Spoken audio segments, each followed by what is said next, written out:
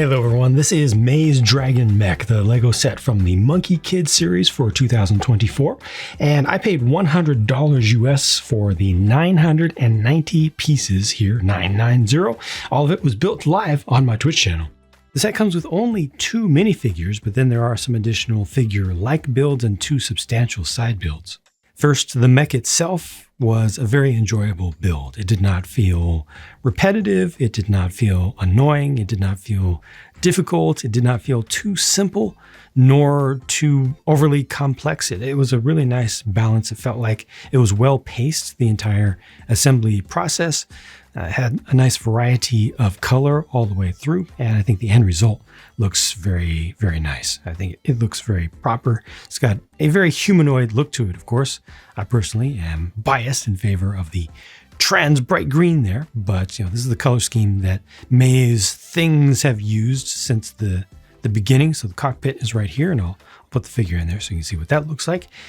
This does use quite a few stickers, but I do feel like the stickers are mostly pretty optional. They're not necessary. There's a good amount of articulation, which I will show off, and you don't see a whole lot of colors that you do not want to see. I think that the variety of colors that exist here were able to go straight through down to the core with I think just like these red bits right here being the exceptions to that, but for the most part, stuff that is exposed where you have a little bit of hollowness is still just on brand and on theme and on scheme. I guess the blue over here you could do without, but it doesn't really bother me that much. Just generally, I feel like this is well finished. It feels pretty classy to me.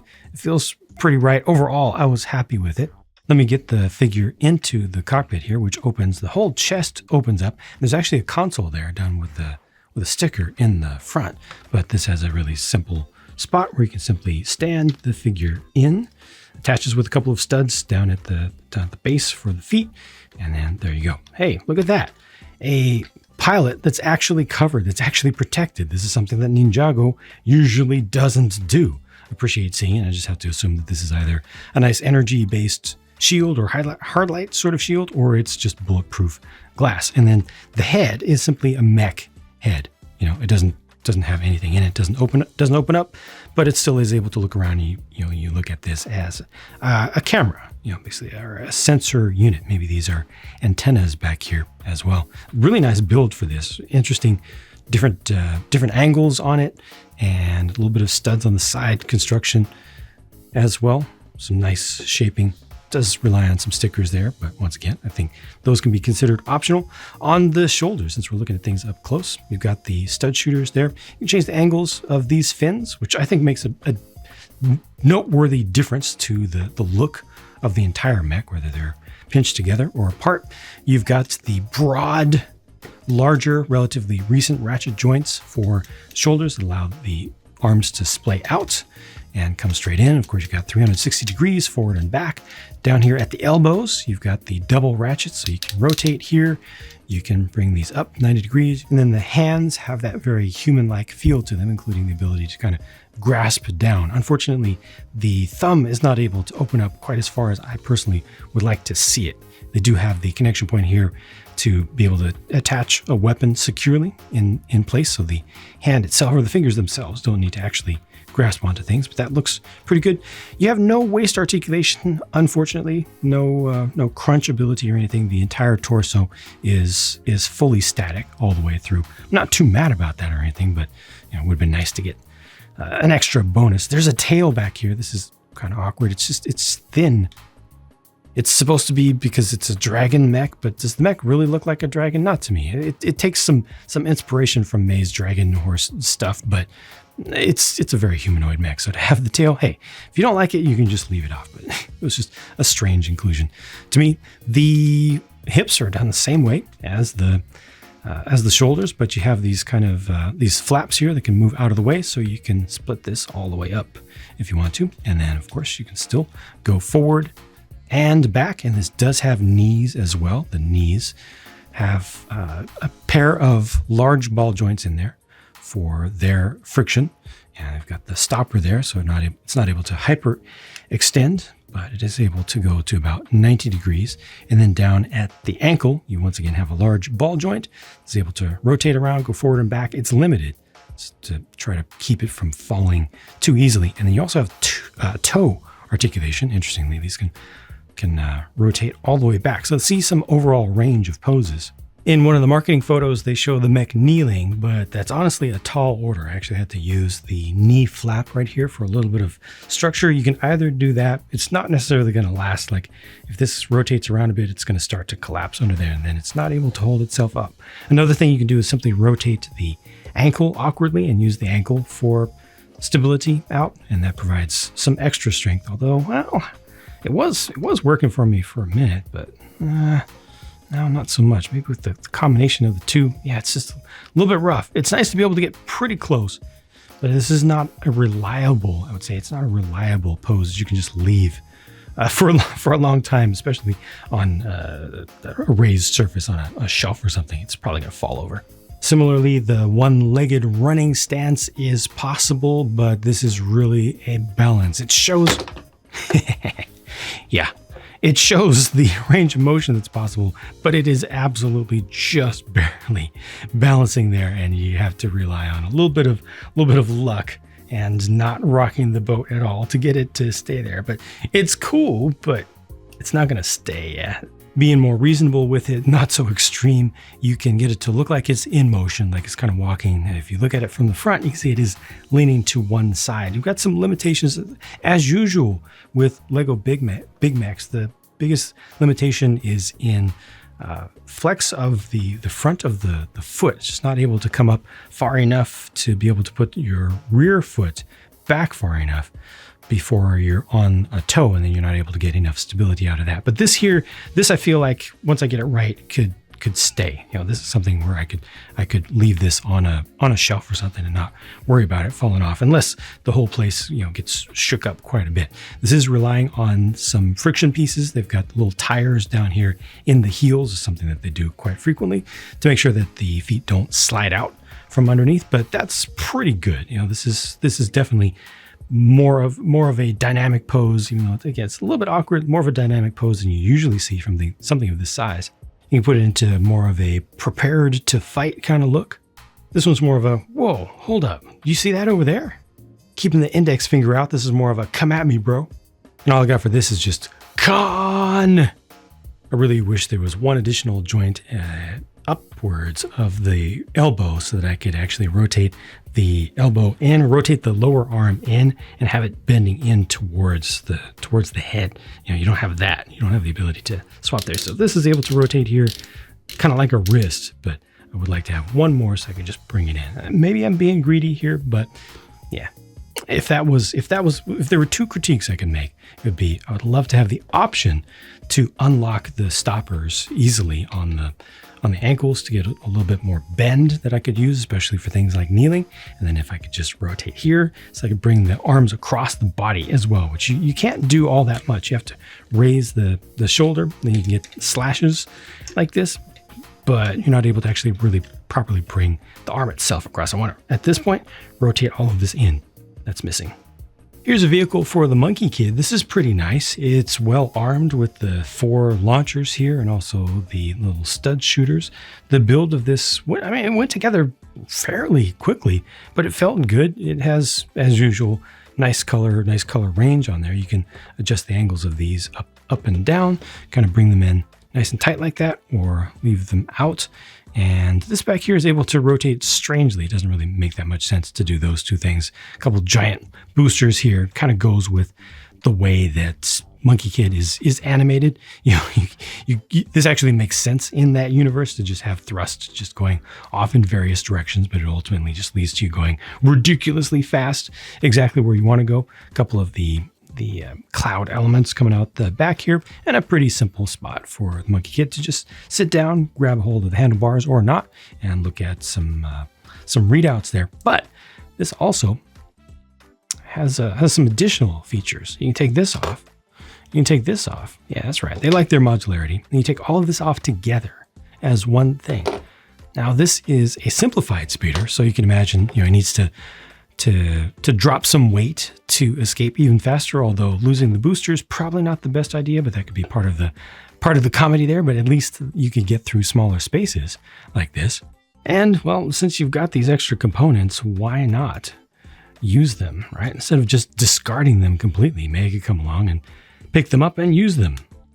Yeah, I'm having fun with the story here, folks. That is allowed. Having fun is allowed, even if you're not saying exactly how things should be. You're not saying things in the most obvious way possible. These are clearly designed to be used like this. They show it that way on the box and in the back of the manual as well. It's just having a little extra fun with it. It's okay. It's okay. Yeah, you just put those on there. It's designed for that. Anything that can be clipped can be added on to these few bar spots or anywhere else, but this is specifically designed for it in this set. And I don't care about the boosters that much. It would have been nicer, I think, if you could have easily angled them down. You have to just pull some stuff out and rearrange it a little bit. But the shoulder guns, those are nice. Those work 100% for me. 100%. Yes. And then there's all this stuff back here. Quite a significant, very tall and wide bit of hanger. It's a maintenance gantry there. I'll go ahead and just move the Mech itself out so you can see what's left. It's skinny. There's not a whole lot of serious bulk to this, but it's wonderful to get all of these specifically yellow colored support pieces.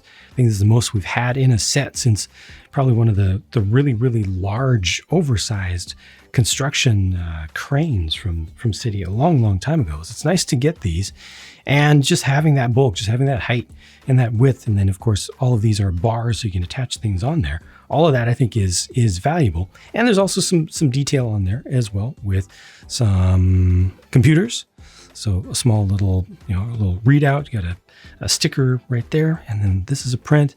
All these tools here, plus the fire extinguisher, another computer console here. I love this little bench vise. That's nice. It's always great to get something actually built up that represents something small and reasonably minifig scale. You've got the ability to attach on to other things, anything else that uses this sort of size and position of Technic pins. You could potentially even connect it to something that's like a modular building.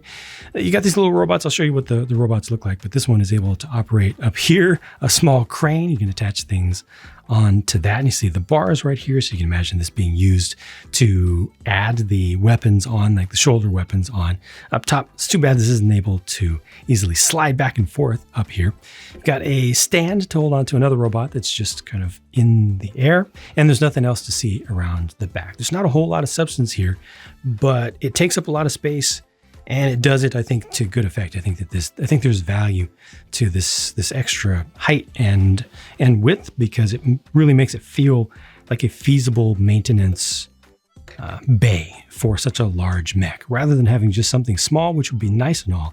But this really adds a lot of believability to it. I feel it adds a lot of immersion to it. Here's a quick look at the three little helper bots that have similar builds between them with a hovering base and a battle droid main body, just the shorter arms, so they're all able to hold on to tools and things. Just got the different colors. Here you've got some octane fueling. Don't know exactly what that's about. Is that a compressor? It looks like it would go for hot and cold. Does it provide water? Maybe tops up the cooling and stuff. And this one has, are those supposed to be rockets? Because they're all able to float around and stuff. Or are these some other sort of canister? I don't know. Those can be angled a little bit. But I think these are really cool. I like the basic build. Wouldn't mind seeing a bunch more of these in the future and things like them. It's just in general. So the City Space got some stuff like this as a series this year, and I think it's a really good idea. It goes all the way back to the days of classic Lego Space too.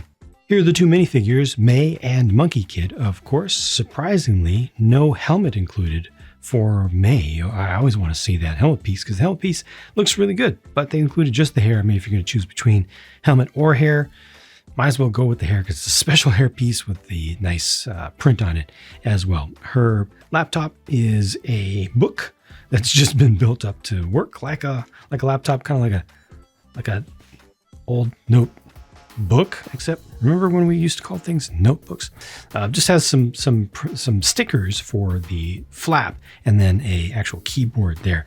Really good prints for both of these figures in my personal opinion. And we do get to see alternate expressions here, which is, I like this one especially. A little bit of anger there is good too, but just generally prints really good between these. No printing on the sides, but dual molded legs for the Monkie Kid. These are the leftover parts, including some extra shots for the stud and tile shooters. And then the sticker sheet is pretty standard fare for Monkie Kid, i.e. a lot. But as usual, these are just adding that extra flair, that extra texture, and the extra decorations that, the finer decorations that you see on a lot of Monkie Kid stuff. And you could just leave a whole lot of these off and you'll still end up with something that looks very similar and very nice, as long as you're not looking at it really, really close. I personally would prefer to have most of these not on there. Just I like the smoother style. Again, this was $100 US. It's 85 euros, 75 pounds UK, or $130 Canadian. All those numbers are very, very close to one another when you actually do the currency conversion. And again, this was 990 pieces. The thing that I want to compare it to value-wise is the Ninjago Ultra Combo Mech from a few years back that had way more parts than this, but I felt similar in overall size and bulk and amount of stuff that you get. And it was also a mech. That one had the individual components that can be separated out. So a little bit more going for it. But overall, I feel like they could be competitive in terms of value. If they're similarly priced, that one was 90 a few years ago. It was 100. Considering especially that this is from the Monkie Kid line, which is almost always pretty bumped up in price. I think we're doing okay with this one, thankfully. Pretty nice design. Could have used more minifigs though. Definitely, that's something that's lacking here. The bots, I love the bots, and I love in Lego personally. I love building stuff. I love stuff that's actually built. I'm not all about the minifig collection. I'm just not. I know some folks are, and that's fine, but I kind of don't get that. Like if I want to collect figures, I want to collect action figures. I want to collect things with lots of points of articulation and great detail and reasonable proportions and everything. But minifigs are cool. They're great in the context, to me, in the context of builds. This could have used more minifigs in the context of the build. And I don't think that these little bots are decent substitutes for that. But otherwise, I mean, this is getting all those parts and stuff, like the combinations stuff, as simple as it is good. The articulation is pretty good. We're really limited by physics here. Color scheme is good. Yeah, I'm happy with a lot of stuff here. So I'm very glad that I got this, even though so few of my viewers are interested in Monkie Kid. Anytime I say that, it's always when the vocal positive minority, appreciate y'all, come out to say, well, I like it, but the numbers just aren't there. And the numbers aren't there in the West in general, which is why Lego itself stopped selling these, even in their own stores, and retailers have stopped picking them up as well. I don't remember which came first, but it's just not marketed or made for this market. And that's okay. That's okay. I appreciate them at least sticking to their promise to not region lock things. Hopefully they're not losing money as a result of that. Hopefully they found something that works for them, doing it online only, lego.com only, because there's still a lot of great stuff here that people around the world like to enjoy and ought to know about if they're fans of construction toys in general. So yeah, I'm happy that the theme goes on. I wish that I had time to actually watch the show, because what I did see of it was really fun, really, really entertaining. And the sets continue to bring some good stuff as well. So thank you very much for watching. I hope that a bunch of you were able to see the build of this live as well over on Twitch, where I do stream 5 days a week, bare minimum, shifting a little bit. I had a certain percentage of that time that I was dedicating to other types of plastic building things, like the mech models, and I've trimmed that down a little bit. I'm expanding on the Lego a little bit more, but continuing to have great fun over there. Thank you for your support one way or another, and I'll talk to you soon.